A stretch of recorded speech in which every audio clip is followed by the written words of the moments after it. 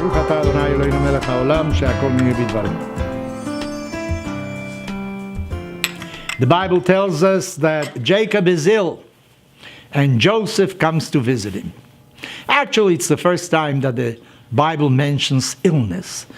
It seems, say our rabbis, that in ancient times, people would suddenly die. They lived and maybe they would just give an enormous sigh and they would abandon this world physically.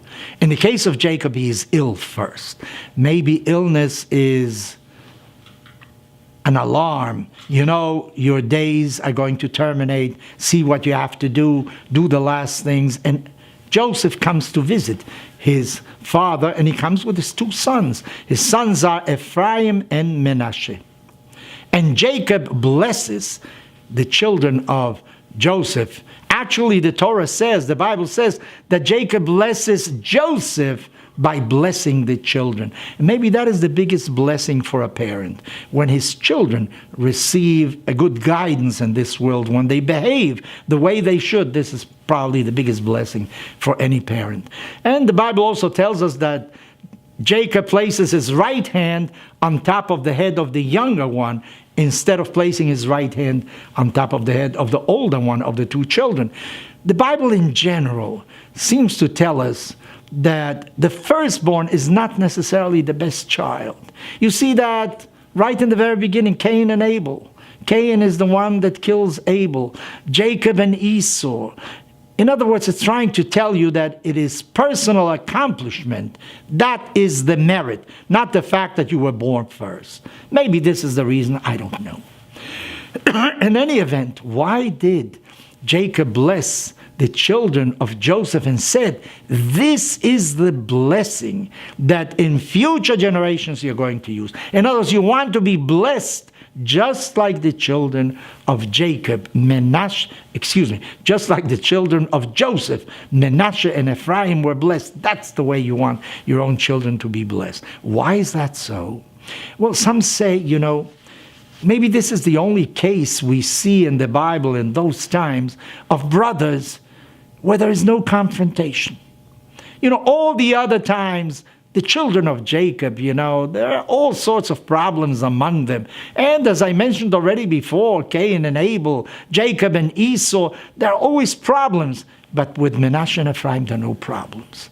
It seems that they lived in peace, one with the other. Maybe this is what you want. You want understanding between your children. You want them to work as a unit and not to be confrontational, one with the other. Maybe that is the reason why we say, my children should be just like Joseph's children, Ephraim and Manasseh.